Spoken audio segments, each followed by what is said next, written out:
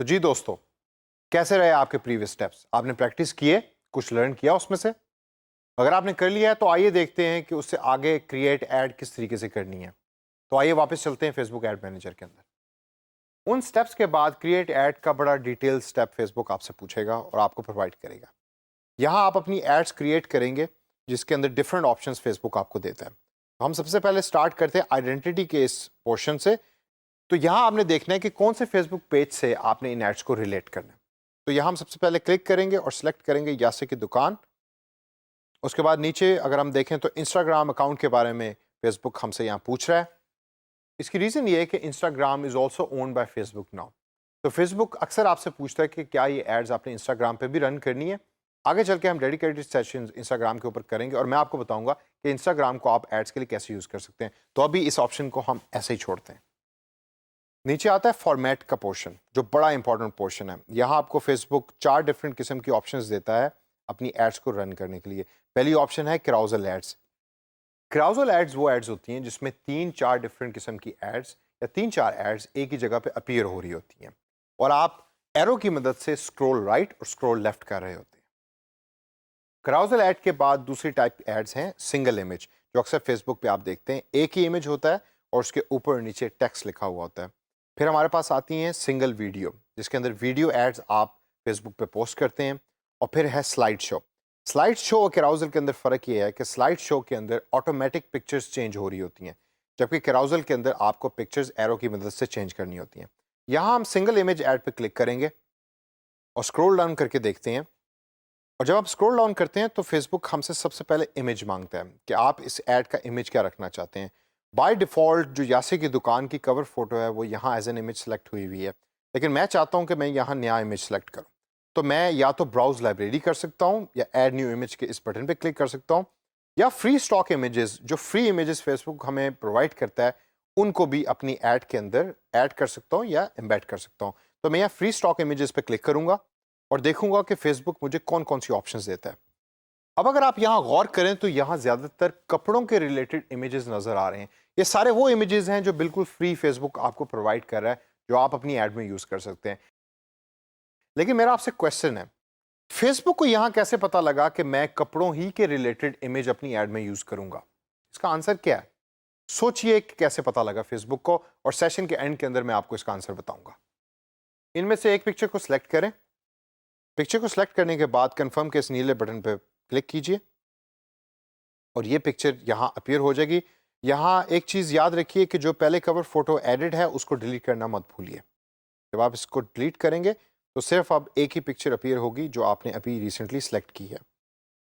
नीचे scroll down करें और स्क्रॉल डाउन के अंदर राइट साइड के ऊपर आपके सामने ऐड प्रीव्यू आ रहा है, जिसमें by default mobile phone news feed, यानी कि मोबाइल पे जो लोग सर्च फेसबुक पे कर रहे होंगे उनके सामने ऐड कैसे अपीयर होगी वो नज़र आ रही है।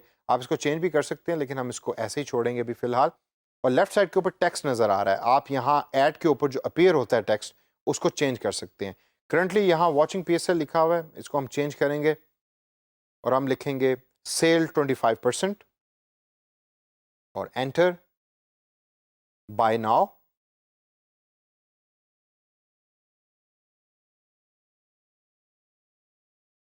अब आप राइट साइड पे अगर ऑब्जर्व करें तो जैसे जैसे आप लिख रहे हैं वैसे वैसे ऐड प्रीव्यू भी चेंज हो रहा है। आपने सेल 25% और बाय नाउ लिखा और वही चीज़ राइट साइड पे अपीयर हो गई। इसके बाद ऐड ए वेबसाइट यूआरएल का एक ऑप्शन फेसबुक आपको देता है। आप इस पर अगर क्लिक करें तो यहाँ आप अपनी वेबसाइट का यूआरएल यानी वेबसाइट का एड्रेस भी लिख सकते हैं और ऐड की ओवरऑल लुक भी चेंज हो जाएगी। इमेज के नीचे हेडलाइन भी आ गया, वेबसाइट का यूआरएल भी आ गया, कुछ और टेक्स्ट भी आ गया। तो आए हम उसको एक्सप्लोर करते हैं कि ये बाकी टेक्स्ट क्या है। सबसे पहले वेबसाइट यूआरएल लिखें। तो फॉर एग्जांपल अगर हमारी वेबसाइट का यूआरएल है www.ykd.pk,